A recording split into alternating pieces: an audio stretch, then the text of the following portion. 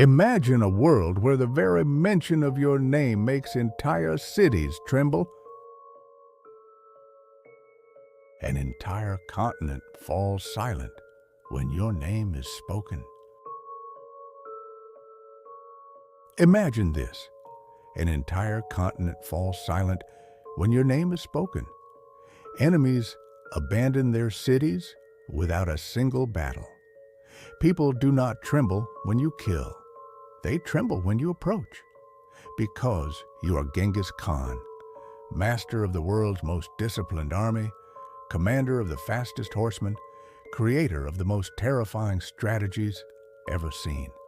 And yet one day, you seek no war, no blood. You want peace, a new trade route, new wealth, mutual respect. You even send a caravan of 500 merchants because, to you, a promise carries more weight than a sword. Then the news arrives. Not news, a blow. Your merchants have been slaughtered, their goods stolen, your envoys taken prisoner, and worst of all, the severed head of your chief ambassador is sent back to you. This is not just betrayal. This is an empire signing its own death sentence. Because, at that moment, the storm that slept inside Genghis Khan for years finally awakens. The silent deserts ignite. Under a gray haze, a giant takes a breath, and the world understands wrath has arrived. And that wrath, within mere months, will turn the mighty Khwarazm Empire into a blazing ruin, erased from the map. Early 13th century, across the deserts of Asia, a wind was rising. But this was no ordinary wind. It was the dust of Genghis Khan's armies. His empire was expanding like lightning.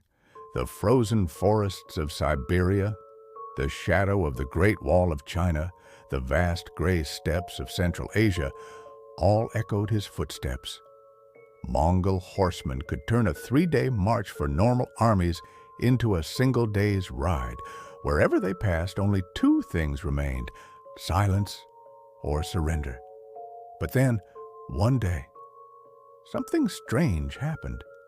Genghis Khan did not draw his sword. He wanted no new conquest. He wanted a new opportunity. The Khwarazm Empire, a place like a hidden treasure chest. The veins of the Silk Road ran straight through it. The golden glow of Bukhara, the blue-domed mosques of Samarkand, the roaring markets of Urgench. For Genghis Khan, this was more than land. It was the key to all Eurasian trade. And so, he chose the path of peace. No one expected it, but he sent a caravan of 500 unarmed merchants to Khwarazm. The caravan carried silk, leather, furs, tea, silver, and most importantly, the message of Mongol peace. This was the first time the Mongol Empire ever offered trade to a power so great. Their single order was clear: we are merchants, not soldiers. We seek brotherhood, not war. And Genghis Khan's own words carried even deeper meaning. War begins only when the other side raises the sword. That was his nature. Dialogue first, then the blade, the word first, then the storm. But Khwarazm did raise the sword. At the border city of Otrar, the Shah's governor, Inalchuk, felt a strange fear the moment he saw the caravan. He knew the power of the Mongols, but his pride was far greater.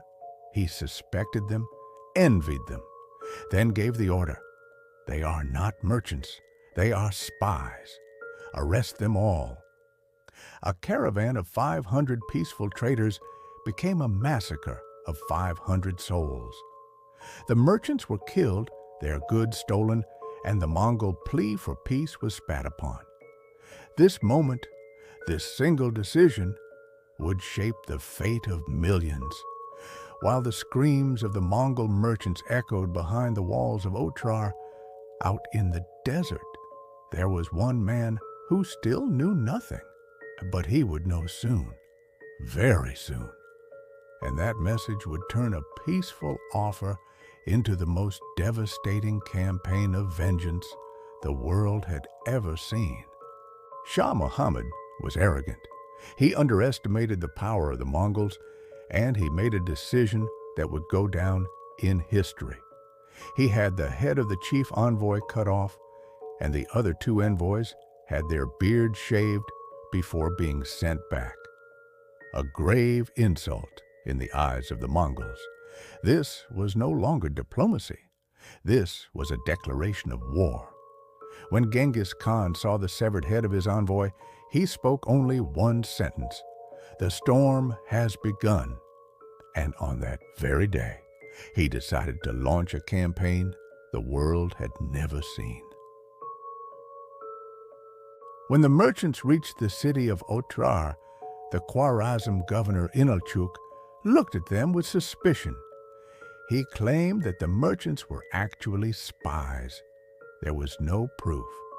Yet he made a decision. All the merchants were to be killed and their goods seized. When the news reached Genghis Khan, he did not rage. Not yet. First, he wanted to understand the reason. Taking a diplomatic approach, he sent a delegation of 3 envoys to Shah Muhammad of Khwarazm. Genghis Khan didn't just gather an army, he built it like a machine. Structured around a family-like system, the Tumen organization was 10 men, Arban 100 men, Jaghun 1,000 men, Mingan 10,000 men. Tumen, the main fighting force. Every warrior knew each other. No unit was left leaderless. If one man retreated, the entire group was punished. Discipline was so strict that fear existed only toward enemies, never toward their own emperor. When the news of his merchants' deaths reached Genghis Khan, a heavy silence fell over his tent. No one dared speak, for everyone knew when Genghis is silent, he is most dangerous. He closed his eyes for a few moments, and it was as if the entire world turned into a dark room inside him. Then he opened his eyes and spoke 3 words: "Prepare the army." Those 3 words unleashed a storm of 200,000 warriors. In the western steppes, smoke rose, the sound of fire. In the eastern plains, horses neighed, the call to arms. In the north, swords were drawn from their sheaths, the sound of death. The gathering of the Mongol army was no ordinary military mobilization. It was as if the desert itself had come alive. Thousands of warriors spread from the command center like rays of the sun, assembling from every corner of the world. It was as if an invisible hand was calling them. Genghis Khan did not merely gather his army. He forged it into a living weapon. A merchant killed, an envoy's head returned, and the world's map changed forever. Genghis Khan's attack on Khwarazm was not mere revenge. It was a masterclass in leadership, strategy, psychological warfare, and ruthless discipline. The cities fell one by one: Otrar, Bukhara, Samarkand. Flames devoured them all. The people scattered. The Shah fled. This was more than conquest. It was a message. Betrayal comes at the highest cost.